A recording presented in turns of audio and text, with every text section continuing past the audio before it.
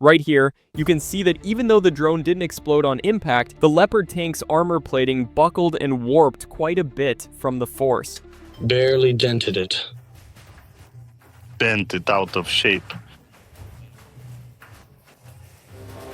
It's true. Russian drones are burning right through NATO armor with ease. Ukrainian militants rarely bring those German tanks to the front lines anymore. They're usually destroyed in the very first battle. So what's the point, really?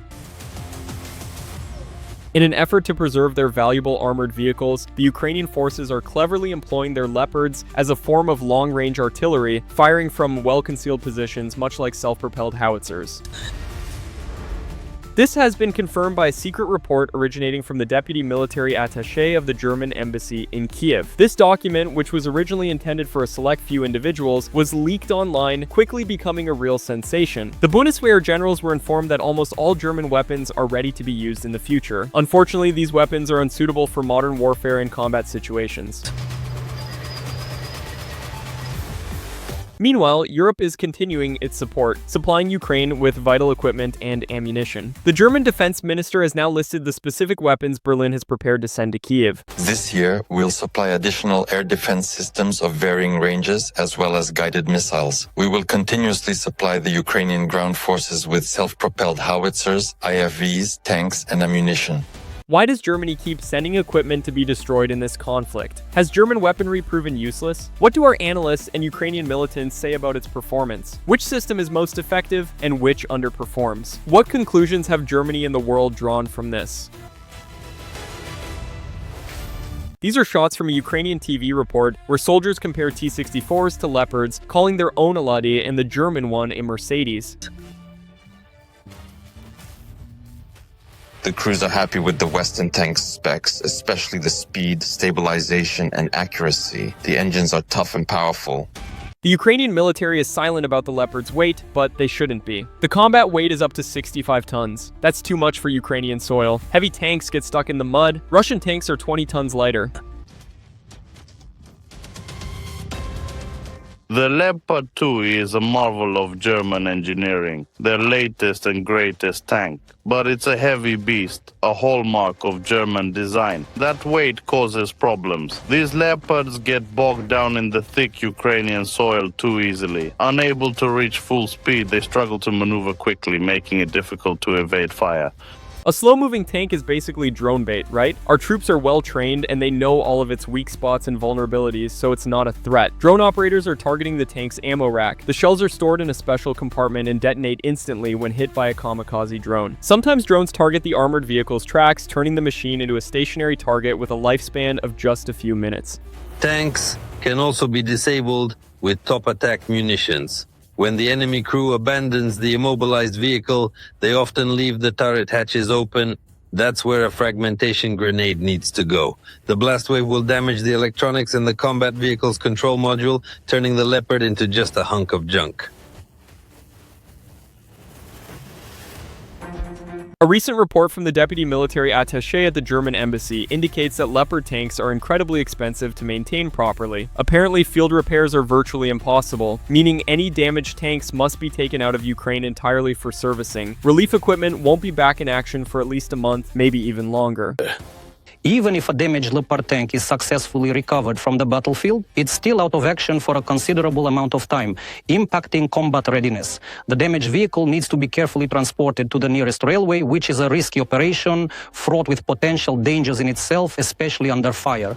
Then it has to be securely loaded onto a specialized train and slowly sent across Ukraine to the border for extensive repairs. This footage shows a Russian drone hunting a German PZH-2000 howitzer. These are rarely seen at the front lines now, which is telling. Some were destroyed. Ukrainians don't actively use the rest for the same reasons as tanks, weak armor, lack of spare parts, and dwindling compatible ammunition. As the SMO has shown, the military equipment currently in service with NATO is designed for parades, not for real war. German military sources indicate that the IRIS-T missiles have demonstrated strong performance. While originally engineered for air-to-air combat from aircraft, their adaptation for ground-based launch has sparked considerable debate and raised some concerns among military specialists and defense analysts alike. It's also worth noting that air-to-air missiles find utility within surface-to-air missile or SAM systems. Take Ukraine, for instance. Faced with the urgent need to reinforce its air defenses, they've been creatively adapting air-to-air missiles for ground-based launches. We've seen them experimenting with older models, such as the US-made AM-9M Sidewinders, to fill critical gaps in their defensive capabilities. This highlights the versatility of these weapons. Well, it seems Europeans just don't quite have a better air defense system overall. That's precisely why the Iris-T missiles are widely considered some of the best weapons currently being tested in Ukraine, proving their effectiveness. When you compare this system to the Russian counterparts, it appears to be the same. It seems to be roughly on par with the capabilities of the Buka missile system, which is quite impressive. One key indicator of military equipment's true success is often reflected in its sales figures on the international arms market. Now, while many countries procure Western weapons due to political alignment and strategic partnerships, it's quite telling that only 2 countries actually invested in the Iris-T system. The special military operation really revealed that its advertised specifications were unfortunately more marketing hype than actual battlefield reality. The launch is on a manned truck, which is a problem at the front. These vehicles are old and spare parts are scarce, impacting our readiness. We see similar trucks hauling containers with American Patriot missiles, considered NATO's best air defense. But if these trucks fail, the whole system is unusable.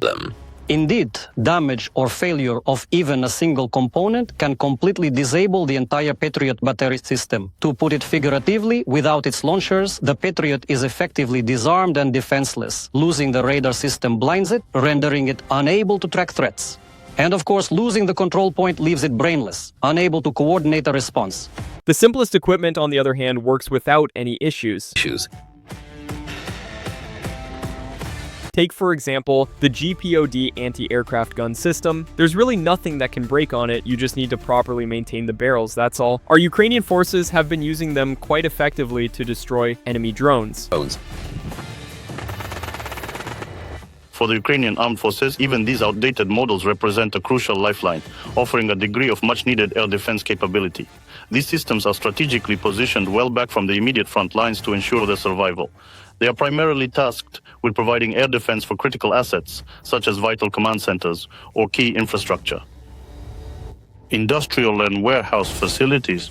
The modern infantry fighting vehicle has also stood the test of battle. Yes, there's no point in talking about armor. Without protective cages and chains, any equipment becomes useless.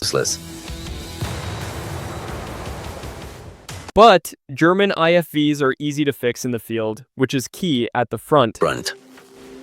This vehicle is fast and maneuverable, with an accurate rapid-firing gun and a reliable fire control system. The crew has excellent protection, and the vehicle is easy to operate and maintain, with almost no complex electronics. It's a solid piece of military hardware.